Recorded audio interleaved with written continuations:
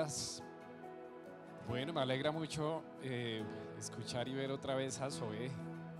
No la veía desde la otra vez que estuve por estos lados y qué bueno estar acá hoy. Gracias, Pastor Elías, y a todo el equipo pastoral por la invitación, y a la iglesia, de verdad, gracias por volverme a invitar. Eso es algo muy especial para mí, y de manera pues aún más especial me alegra poder venir hoy con mi esposita, con el hijito, con Pau y con Dani, que madrugaron para acompañarme. Muy bien, quiero invitarles a que brevemente voy a comentar algo, y si pueden miremos un texto bíblico que está en el Evangelio según Juan, el capítulo 1. El Evangelio de Juan, capítulo 1, todo el capítulo hace referencia precisamente a lo que hoy estamos conmemorando, lo que hoy estamos también celebrando y recordando de manera muy, muy especial, y es la palabra. Pero la palabra, cuando nosotros miramos el texto bíblico, cuando miramos la Biblia, es bien interesante darnos cuenta que los escritores del Nuevo Testamento, a quien denominaron la palabra fue a Jesús. Y eso creo que es algo muy importante para que lo recordemos y para que lo tengamos presente cuando hablamos acerca de conmemorar la importancia y la centralidad de la palabra de Dios. El capítulo 1, versículo 1, según Juan, voy a leer de la versión Dios habla hoy, dice: en el principio ya existía la palabra, y aquel que es la palabra estaba con Dios y era Dios. Y luego el versículo 14 dice: aquel que es la palabra se hizo hombre y vivió entre nosotros. Aquel que es la palabra se hizo hombre y vivió entre nosotros. Y está haciendo referencia a Jesús. ¿Y por qué comienzo por ahí? ¿Por qué menciono esto? Porque Jesús es más que un representante de una religión. Lo que estamos haciendo hoy, lo que está haciendo la iglesia precisamente, y no solo acá, sino a nivel mundial, conmemorar el mes de la Biblia y recordar a su vez lo que fue la Reforma Protestante, es precisamente, entre otras cosas, volver a mirar a Jesús. Para los reformadores protestantes, finales del siglo XV y principios del siglo XVI, fue muy, muy importante volver a las escrituras, volver a la palabra. De ahí que se conmemore precisamente el mes de la Biblia, porque entre otras cosas lo que ellos hicieron fue retomar algo que la iglesia a nivel institucional había olvidado o había dejado a un lado, y eran las escrituras. Estamos hablando de un tiempo en el que también está teniendo lugar lo que se conoce como el Renacimiento y el Humanismo, dos movimientos artísticos, culturales, sociales, que entre otras cosas lo que hicieron fue volver a retomar idiomas antiguos. En el Renacimiento surgieron distintas personas que son conocidas hasta hoy en distintas áreas del saber: en la política, en el arte, en la economía, en la cultura, y todos ellos tuvieron algunos puntos en común. Uno de ellos, repito, es que volvieron a revisar literaturas antiguas, lo que ellos consideraban como idiomas o lenguas de pronto en su momento consideradas muertas, y volvieron, entre otras cosas, por ejemplo, al griego. De ahí que en el siglo XVI precisamente el griego vuelva a ser retomado para mirar muchos escritos antiguos. Hay varios nombres que uno puede mencionar, pero solo voy a mencionar a dos. Voy a mencionar a Erasmo de Rotterdam y voy a mencionar a Gutenberg. Esos nombres son conocidos, más allá de que uno sea cristiano o no. Y fueron conocidos ellos. No sé si alguno de ustedes recuerda, por ejemplo, a Johannes Gutenberg. ¿Por qué es conocido él? El padre de la imprenta. Creo que ustedes han visto el tema en este tiempo también. Él crea la imprenta y la imprenta pues va a ser una forma en que ahora la literatura va a poder reproducirse de una manera más fácil, ¿sí? Como han dicho algunos, la imprenta en el siglo XVI, finales del siglo XV, principios del siglo XVI, es el equivalente a lo que hoy para nosotros es la internet. Es el gran equivalente, o sea, es una cosa que llegó a revolucionar el mundo, a cambiar todo. Entonces, cuando hacen también la imprenta, empiezan otra vez, por ejemplo, a imprimir partes del texto bíblico en sus idiomas antiguos, en sus idiomas originales, en hebreo y en griego, porque pues en aquel tiempo era común que la Biblia se leyera casi que exclusivamente en latín. Y uno de los grandes aportes, hay muchos aportes de los reformadores protestantes y de lo que fue la reforma en muchos aspectos, pero en términos, por ejemplo, de educación, traducir la Biblia a las lenguas vernáculas, es decir, a los idiomas maternos de cada región, fue algo que ayudó en procesos de educación. Esta semana, no sé si ustedes vieron por ahí por las redes sociales una noticia donde salió el Papa actual, León X es el Papa, León XIV. León XIV salió haciendo una ceremonia, una liturgia ecuménica, y quien lo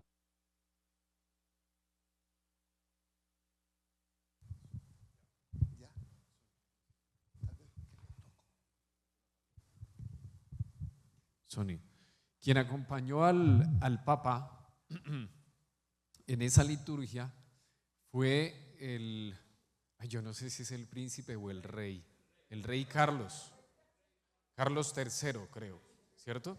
Que es el rey de Inglaterra. Eso no se veía, miren, eso pasa desapercibido. Se reunió el Papa con el rey y eso no se veía desde el siglo XVI.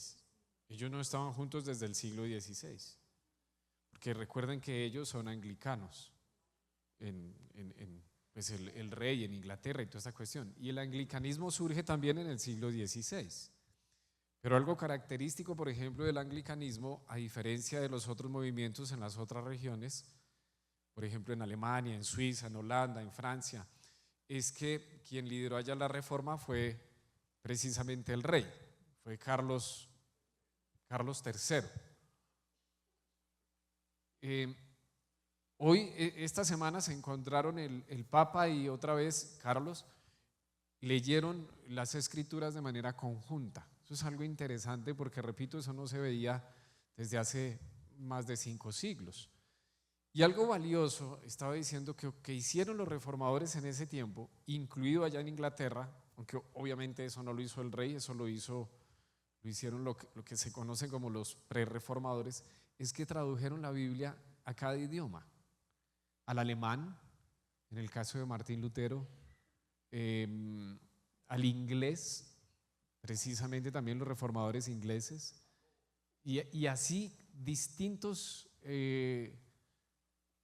traductores y muchos de ellos teólogos tradujeron la Biblia de latín a sus idiomas natales. Eso hace que, por ejemplo, al día de hoy, cuando nosotros celebramos el Día del Idioma, recordamos muchas veces el del Quijote, a Miguel de Cervantes, ¿cierto? En Alemania recuerdan de manera muy similar, así como nosotros recordamos a Cervantes, a Lutero. Es muy similar, ¿no? De hecho, si usted mira la historia, Cervantes, Lutero son del mismo tiempo. Todos ellos están cerquita. O sea, me refiero que son contemporáneos. La Biblia, al ser traducida a las lenguas vernáculas, ayuda también en procesos de alfabetización.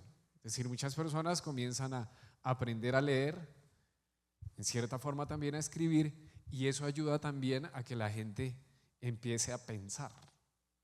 Y uno podría mirar una cantidad de cosas y de aportes que hubo en lo político, en lo económico, en lo cultural, en lo social, en lo artístico, que fueron aportes precisamente de los reformadores protestantes. Pero lo interesante de todo eso es que ellos lo hicieron volviendo a las Escrituras. Y cuando ellos volvieron a las Escrituras, encontraron a alguien que había sido dejado fuera de la iglesia, y ese alguien era Jesús. Por esa razón, por ejemplo, Martín Lutero decía que cuando uno lea la Biblia y no encuentre en ella a Jesús, tiene que volverla a leer hasta que encuentre otra vez a Jesús.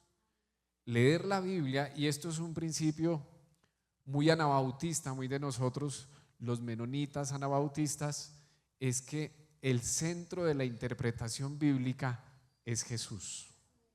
Es decir, siempre toda interpretación de las Escrituras tiene que ser filtrado por Jesús y tiene que llevarnos a Jesús, porque ustedes saben que la Biblia dice muchas cosas. Bueno, ahora vamos a hablar un poquito de eso. La Biblia se interpreta de muchas maneras y la Biblia se puede usar para cosas buenas, pero también para cosas malas.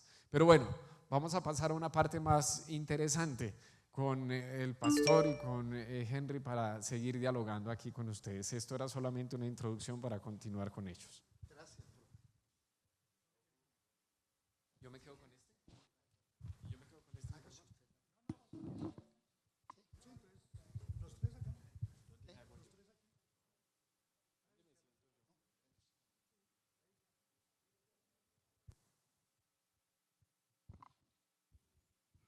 Bueno, iglesia, buenos días para todos. Bueno, es un placer estar aquí con los dos pastores y para hablar de un tema tan importante que, como se van a dar cuenta, pues vamos a tocar muy someramente, porque claramente cada una de estas preguntas que vamos a hacer hoy podría ser tema de todo un sermón, de toda una entrevista completa. Así que será, digamos, una mirada rápida, pero seguramente muy interesante, muy edificante. Para ir al grano de una vez, pastor, yo quisiera preguntarle, pastor Santiago, por el tema de la Biblia y la vigencia, la relevancia que pueda tener todavía en el siglo XXI. La Biblia se acabó de escribir hace casi 2000 años, pero de ahí para atrás llevaba casi 1600 años en que fue escrita.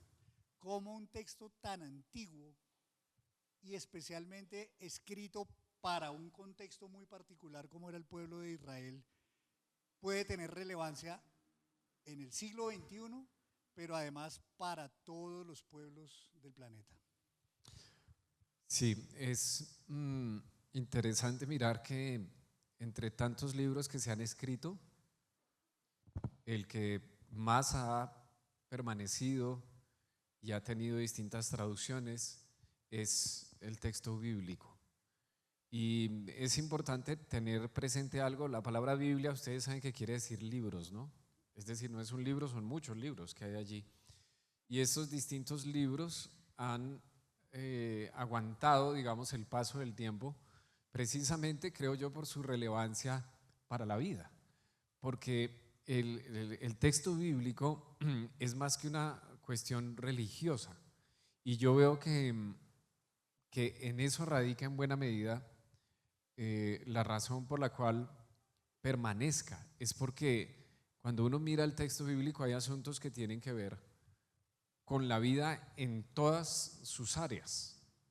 Voy a poner solamente dos ejemplos. Uno, grandes escritores y periodistas y lingüistas, por ejemplo Juan Gosaín, acá en Colombia, por mencionar a alguien conocido. Juan Gosaín, colega tuyo, dice por ahí en una entrevista que cuando él daba clases en la universidad y enseñaba lo que eran crónicas periodísticas, él ponía a los estudiantes a leer los evangelios sinópticos, porque los evangelios sinópticos están redactados en una forma de crónica periodística. Entonces, eso es un ejemplo nomás, pero hay una cantidad de ejemplos. En estos días me encontré una tesis del Departamento de Humanidades de la Universidad Nacional, de la carrera de la Facultad de Ciencias Humanas, de la carrera en Lingüística, de la maestría en Lingüística, y la tesis era sobre la Biblia como literatura, y es una tesis reciente, es del 2020. Entonces uno puede poner una cantidad de ejemplos. ¿Por qué la Biblia sigue teniendo relevancia y vigencia, siendo que se escribió para un pueblo en particular, en un momento particular? Yo creo que en buena medida es, más allá de los elementos históricos, literarios, es porque allí de verdad hay palabras para la vida, para ayer y para hoy. Y creo que allí encontramos en el texto bíblico principios relevantes, y los principios permanecen.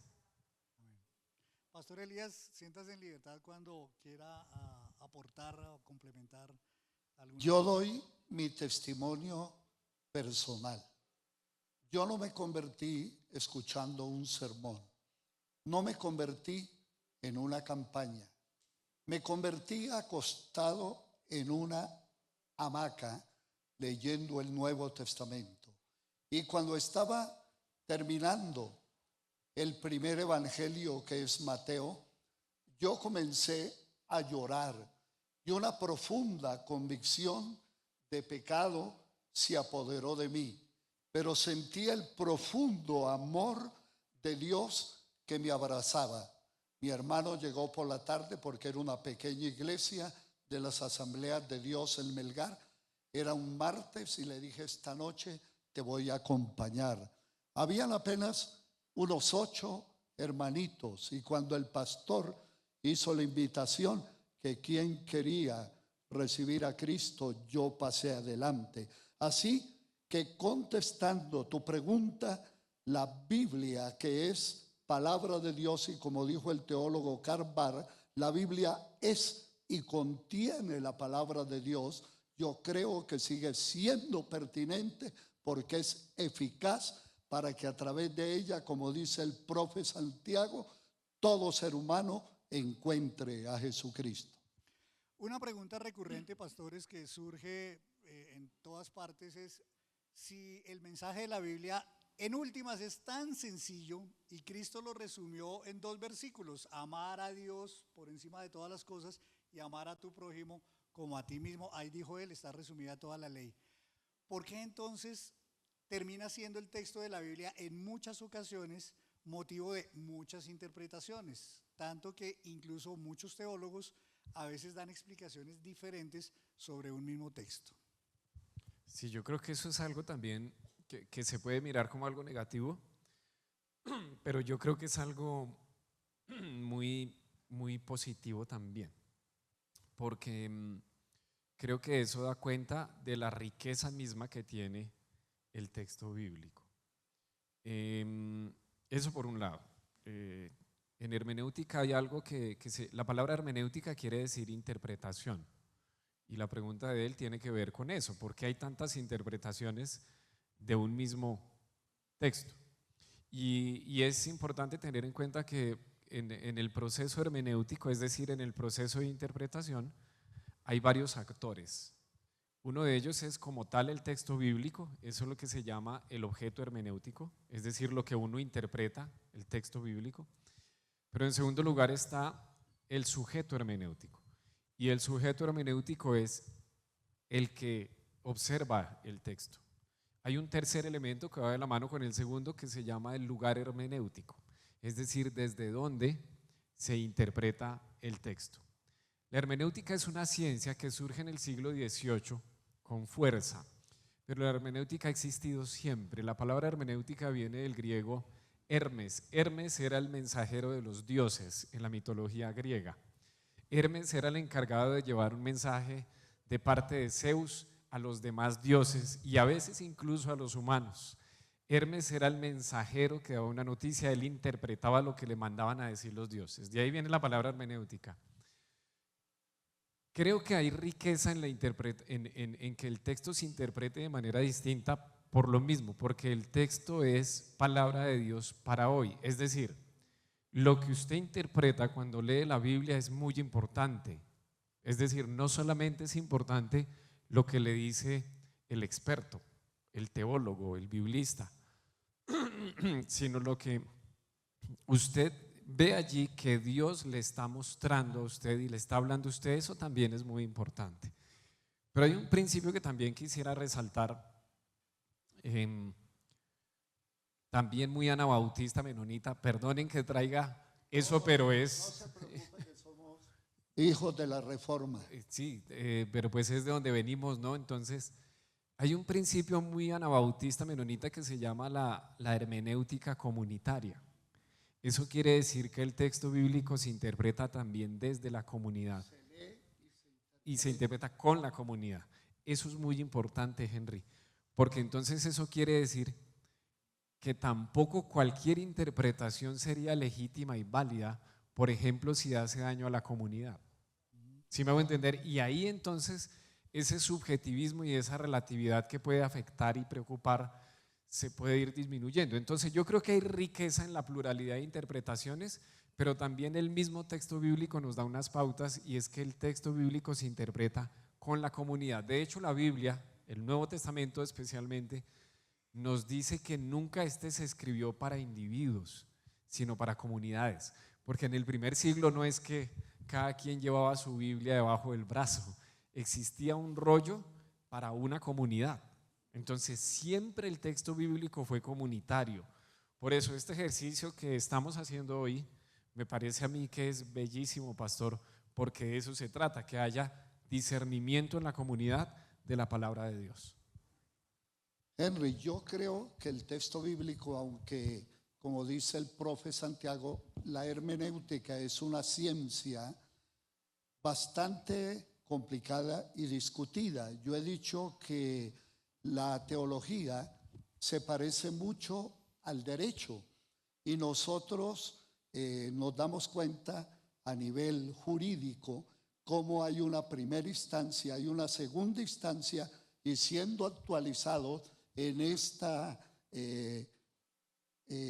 última sentencia del Tribunal de Bogotá, se declaró inocente a una persona que había sido declarada culpable y por 12 años tenía, aunque le dieron la casa por cárcel.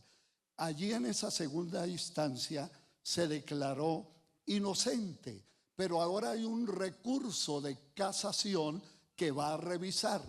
Eso nos habla de lo complejo, porque habiendo todos estudiado derecho, en este caso derecho penal, hay personas que de alguna manera han avanzado más en la materia hermenéutica del derecho y son los que ratificarán o confirmarán la primera instancia. De la misma manera, la palabra de Dios dice que Dios colocó a algunas personas como maestros, y yo quiero reafirmar lo que dice el profe Santiago. La Biblia se lee y se interpreta en comunidad, porque las sectas han surgido de grupos pequeños que se aíslan del cuerpo y surge una herejía que luego se convierte en secta. Por eso es importante, y yo reafirmo lo que digo cada rato, esta es una iglesia cuyo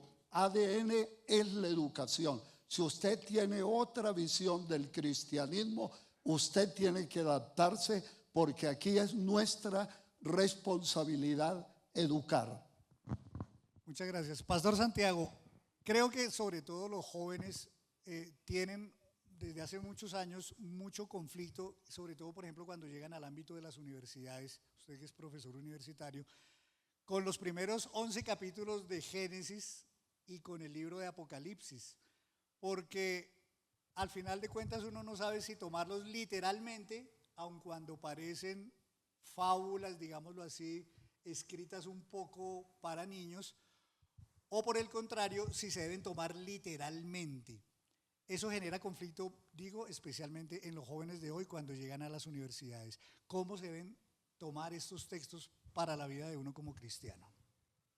Sí, Dionisio Bailer es un teólogo argentino radicado en España, todavía está vivo, y escribe un libro que se llama La autoridad de la palabra en la iglesia. Se los recomiendo. La autoridad de la palabra en la iglesia. Es de libre acceso y acceso legal en internet por si lo quieren mirar. Y él dice que la Biblia se debe interpretar no literalmente, sino literariamente. Literariamente. Y ahí hay una respuesta muy valiosa. ¿Y cuál es la diferencia, pastor? La diferencia entre una interpretación literal y una interpretación literaria es que la primera, es decir, la interpretación literal, asume tal cual está escrito. ¿Sí? Si dice el cielo se tiñó de rojo, entonces pues se imagina que, pues que el cielo se tiñó de rojo, ¿cierto? Eso es una interpretación literal. Pero el texto bíblico debe interpretarse literariamente. Eso quiere decir tener en cuenta los distintos géneros literarios, porque la Biblia es literatura. La Biblia tiene diferentes géneros literarios. Los primeros 11 capítulos del Génesis que tú mencionas tienen un tipo de literatura particular. De hecho, no tienen solo un tipo de literatura, sino que hay varios tipos de literatura en los capítulos 1 al 11. De ahí que la interpretación debe ser más literaria más que literal. ¿Por qué? Porque otra vez, el ejemplo, digamos, típico que uno pone en esto es como ocurre con la poesía. La poesía muchas veces, o la mayoría de las veces, no es para interpretarla literalmente. Yo le puedo decir a Pau, me encantan tus ojos, ¿me los regalas? Si lo tomara literalmente, pues se los tendría que sacar, ¿cierto? Claro. Pero yo, ¿qué le quiero decir? ¿Qué le estoy queriendo decir? Le estoy queriendo decir, me gustas, me gustan tus ojos, me gustas tú. Eso es lo que le quiero decir. Con el texto bíblico ocurre lo mismo. Hay que mirar los distintos aspectos literarios. Entonces, por eso hay que estudiar la Biblia. Y por eso, como decía el pastor Elías, el Nuevo Testamento dice también que en la iglesia hay maestros, y también esa es la tarea de los maestros. Es decir, enseñar a mirar esos distintos géneros literarios. Hay muchos que se afanan, por ejemplo, por decir, no, es que Génesis 1 está hablando de los días de 24 horas, en el primer día Dios creó esto, en el segundo día esos son días de 24 horas y hay que entenderlo así, así, así. No es la cosa como tan sencilla porque no se tiene en cuenta el elemento literario. ¿Qué es lo que Dios quiere comunicar por medio de eso? ¿Qué es lo que el escritor bíblico quiere decir por medio de eso? Y lo mismo pasa con el Apocalipsis. El Apocalipsis de Juan pertenece a otro género literario, que es la literatura apocalíptica. La literatura apocalíptica surgió en el siglo II antes de Cristo. Es una literatura judía. Entonces, la literatura apocalíptica es rica en imágenes, en formas, pero en símbolos. Apocalipsis habla, por ejemplo, de granizos de fuego. ¿Cómo interpreta usted eso? Claro, suena contradictorio. ¿Qué es un granizo de fuego? O sea, no, ¿cierto? Dice granizo de fuego, no, pero eso dice Apocalipsis. Y ahí ahí les recomiendo a otro autor. Recuerden que yo siempre les estoy hablando de libros cuando hablo. Juan Stam, que seguramente también el pastor les habla. Juan Stam es un especialista en Apocalipsis. Y él dice, por no tener en cuenta el género literario apocalíptico, miren lo que él dice tan bonito. La mayoría de las personas leen Apocalipsis de una manera bestialcéntrica, dice él, porque ponen a la bestia en la mitad, porque dicen que el 666, que la gran ramera, que el falso profeta, que la bestia. Entonces él dice, leen Apocalipsis como si la bestia fuera el centro. Pero Juan Stam dice, Apocalipsis se debe leer cristocéntricamente, porque cuando uno lee los primeros 4 versículos de Apocalipsis, dice que Apocalipsis se trata de Jesús.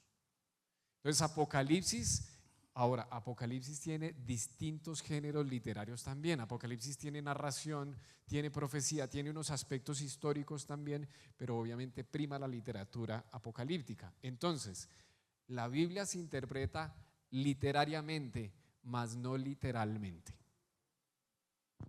Yo contribuiría diciendo, alguien dijo que si leyéramos literalmente todo lo que Jesús dijo, si tu ojo te es ocasión de caer, sácalo y échalo de ti, o si tu mano te fuere ocasión, quítate tu mano. El cielo estaría lleno de tuertos, de cojos y de mancos. Así que es una forma figurada de hablar. Muy bien. Pues una pregunta en ese mismo sentido, pastores, es que estamos en la era del conocimiento, de la información, del racionalismo, de la ciencia, que ha avanzado mucho y se nos ha vuelto costumbre llevarlo todo al plano de la razón. En ese sentido, ¿tiene sentido vivir hoy día en el siglo XXI una vida espiritual, una vida de fe, cuando todo está hecho actualmente para que todo sea demostrable por la vía del racionamiento? Qué buena pregunta esa.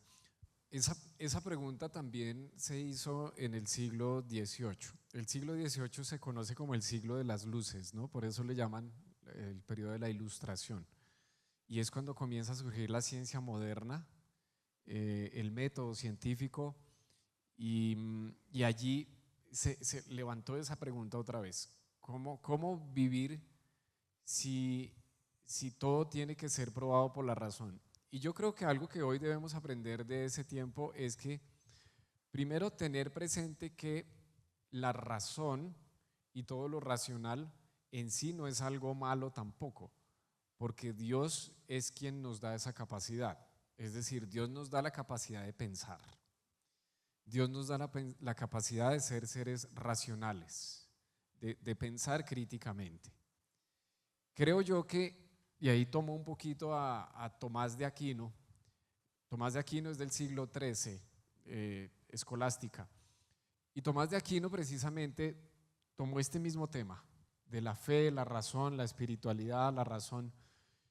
Y él juntó eso, él dijo, no tiene que ir una cosa por un lado y otra por otro. Y yo creo que esa es mi recomendación, que no caigamos en esas cosas como de dividir todo y decir esto es más importante que esto otro, porque por ejemplo, una fe o una espiritualidad que no piensa, que no es inteligente, eso se llama fideísmo, y el fideísmo es creer por creer.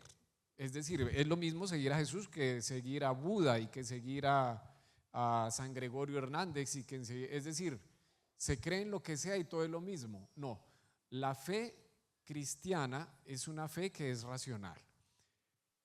La cosa es que no es solo racional, porque el ser humano no es solo racional. O sea, nosotros somos espíritu, somos alma, somos emociones, somos sentimientos, somos materia, somos cuerpo. Todo eso hace parte de la fe. Entonces yo creo que el error está, como en muchos otros temas y en muchas otras cosas, cuando se va a un extremo y se olvida el resto. Ahí es donde está el problema. Entonces yo creo que fe, razón, espiritualidad no tienen que contradecirse ni oponerse. Yo creo que se pueden complementar muy bien. Y eso es algo que por lo menos en mi experiencia yo vivo y yo veo, que yo trabajo en el área académica, de investigación, pero precisamente lo hago también desde mi fe, desde mi espiritualidad.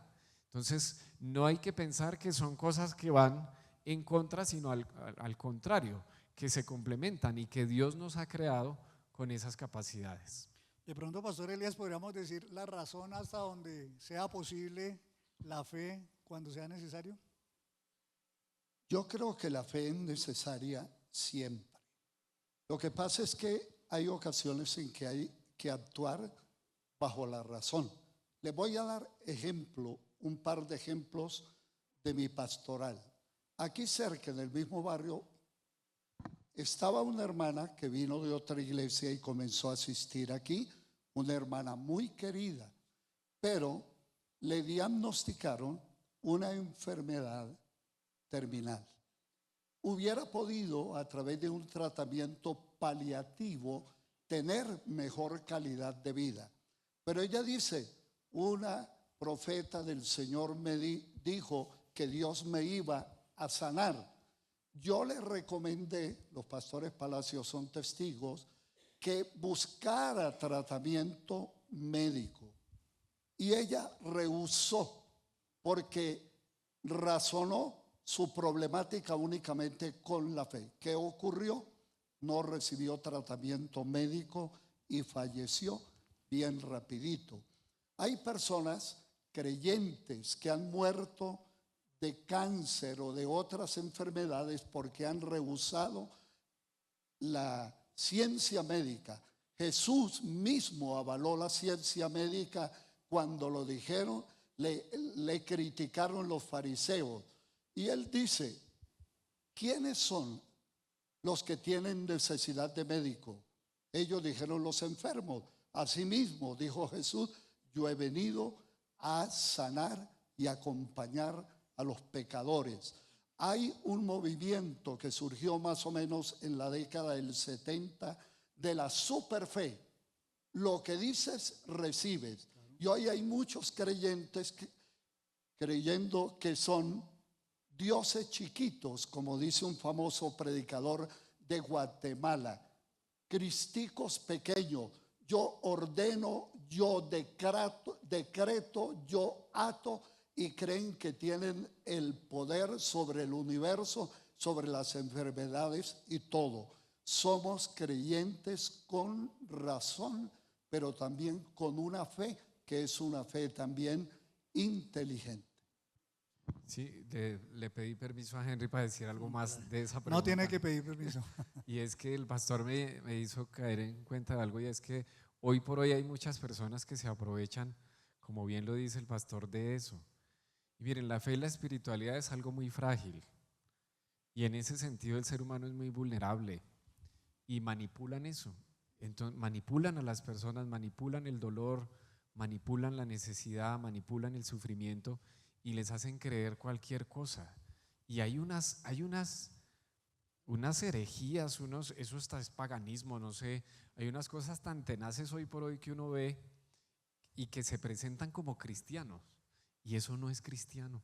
Mire, todo lo que hoy se presenta como cristiano no necesariamente lo es. Y la fe no es una cuestión de creer por creer cualquier cosa y ya. No.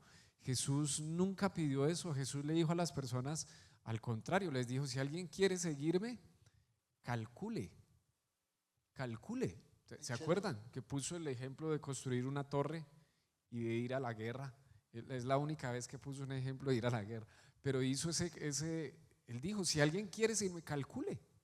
¿Qué implica? Es decir, piense, analice y diga, seguir a Jesús implica esto. Eso es un ejercicio racional, ético, profundo. Entonces, no coman cuento, coman Biblia, dirían por ahí más bien. Pastor, en ese mismo, No coman cuento, coman Biblia. En ese mismo sentido, muchas personas hoy día, se ha puesto muy de moda desde hace muchos años, incluso entre cristianos, recurrir a libros de autoayuda. En el sentido en que usted hablaba, ¿son válidos los libros de autoayuda? Muchos incluso usan en alguna medida la Biblia como parte, digamos, de la consejería que dan, etcétera. Pero ¿son sanos, digamos, o hay que tener también cuidado con esos libros? Me hiciste acordar de algo que en estos días estuve en Panamericana, en la librería, y allá hay un libro mío que yo publiqué en el 2020, en la pandemia. Aquí yo vendí algunos libros y que se llama de espiritualidad, y el libro mío está en la sección de autoayuda, está en esa parte de autoayuda, porque el libro se llama Una espiritualidad que entreteje. Al lado de Walter Rizzo y todo eso. Sí, al lado de esos libros, es porque precisamente las personas hoy por hoy confunden la espiritualidad y la fe con eso. Pero la espiritualidad, y sobre todo la espiritualidad cristiana, porque hay espiritualidades, ¿no?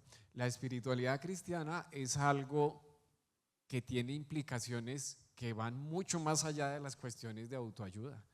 Entonces, yo creo que hoy, yo soy de los que dice, sin hablar mal de ningún autor ni nada, ni más faltaba, pero yo sí creo que menos libro de autoayuda y más Biblia sería bueno, porque es que los libros de autoayuda en general son muy, para mí hacen mucho daño. ¿Recuerdan este autor que vimos en el Congreso de Jóvenes, Byung-Chul Han?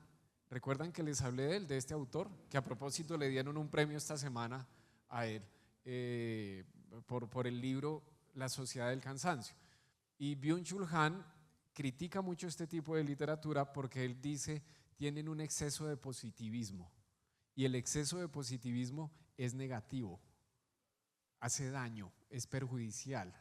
Es decir, eso de que siempre vas a ganar, siempre vas a ser el mejor, siempre tienes que estar feliz, no puedes estar triste, no, o sea, esas ideas hacen mucho daño porque la vida tiene otras, la vida también tiene dolor, tiene sufrimiento, tiene pérdidas también. Entonces yo creo que, repito, sin satanizar estos autores, uno de los primeros libros que yo leí, por ejemplo, fue El Alquimista, el famoso Alquimista de Paulo Coelho. Yo estaba chiquito cuando leí ese libro y esos libros a mí me despertaron el interés por leer.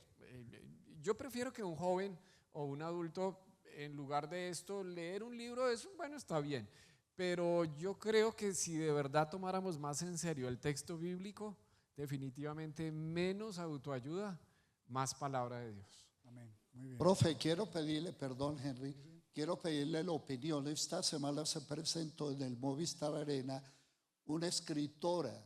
Yo prácticamente he leído 3 de sus libros, Marian Rojas, y una cantidad de personas. Es una psiquiatra española que habla uno de sus libros, Recupera tu mente.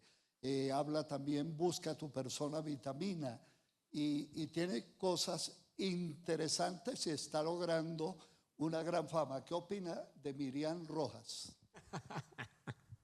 No, yo creo que si hay autoras, yo estaba pensando por ejemplo también en Nazaret Castellanos, que es española también, ella es neurocientífica, y yo creo que también desde la ciencia se pueden mirar cosas buenas, lo que hablábamos ahorita, pero es que una cosa es hablar desde la ciencia y eso ponerlo en un lenguaje también de aprendizaje a estos que hablan pura cháchara, o sea, es que son cosas distintas, la verdad.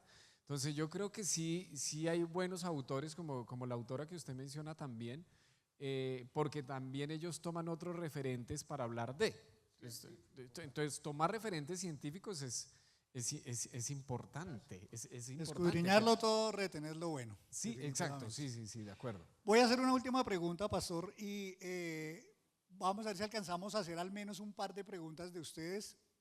Entonces vayan preparándola y el que crea tener una pregunta muy pertinente la hace muy brevemente y vamos a tratar de que la respuesta también sea concreta. Henry, yo voy a proponer que los que están interesados solamente en el segundo culto no tenemos presión. Si alguien se quiere quedar, lo puede hacer, pero realmente, como dice Henry, entonces para el tiempo… culto? No, puede si alguien Ok, quiere perfecto. preguntar. Muy bien. Pastor, ¿cómo podríamos desde nuestra congregación estimular, promover entre nuestra gente? Porque aún entre los cristianos a veces tenemos o sentimos esa resistencia a leer y a estudiar la Biblia. ¿Cómo podemos estimular que nos sintamos apasionados, atraídos, que sintamos gusto por leer y por estudiar y profundizar en las Escrituras? Yo creo que esta iglesia de verdad es un ejemplo de eso, Henry y Pastor. Y él lo dijo al principio, que aquí les gusta la educación, estudiar y eso. Y pues de hecho así es que nos conocemos. Así fue que nos conocimos nosotros. Claro. Con Sus dos con la alumnas, pastora también. la pastora Nidia y la pastora Ruda, alumnas del profe. Sí, es en espacios de aprendizaje y es porque les gusta eso. Yo creo que la respuesta también en primer lugar es haciendo estas cosas. Esto es importante porque esto genera también interés. Y siempre entender que la comunidad es un espacio de enseñanza, aprendizaje y no cerrar espacios para el aprendizaje. Entre más espacios se puedan abrir, mejor. Todo lo que puedan hacer, porque miren, a la gente le gusta aprender, pero muchas veces no se le da el espacio para eso.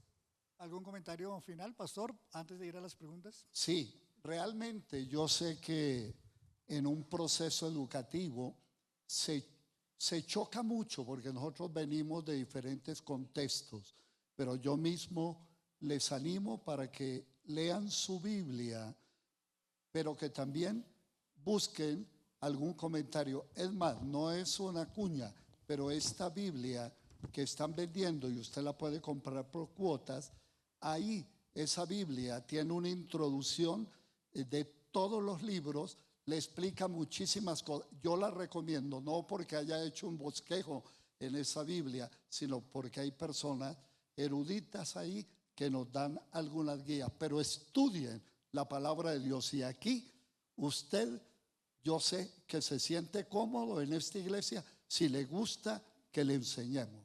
Muy bien. Muy bien, ¿quién tiene una pregunta que no sea pregunta, que no sea un aporte, sino una pregunta? El pastor me ayuda entonces, gracias. Buenos días, mi nombre es Ernesto Caballero. Quiero aprovechar Retíreselo un poquito así. Quiero aprovechar la ocasión que están 3 personas versadas e inspiradas por el Espíritu Santo. Hay otras divinidades. ¿Qué hacer cuando yo leo el libro de los muertos y me lleva a que Cristo copió eso de Egipto? Entonces, ¿qué hacer ante ese tipo de cosas? ¿Y cuál es el libro? El libro de los muertos habla de Horus y de otro tipo de divinidades y tratan de hacer un paralelo de que el cristianismo copió cosas de una cultura más milenaria. Asumo, pastor, que estaba hablando de esa literatura, mitología y eventualmente de libros apócrifos y todo esto que fueron tan abundantes en alguna época.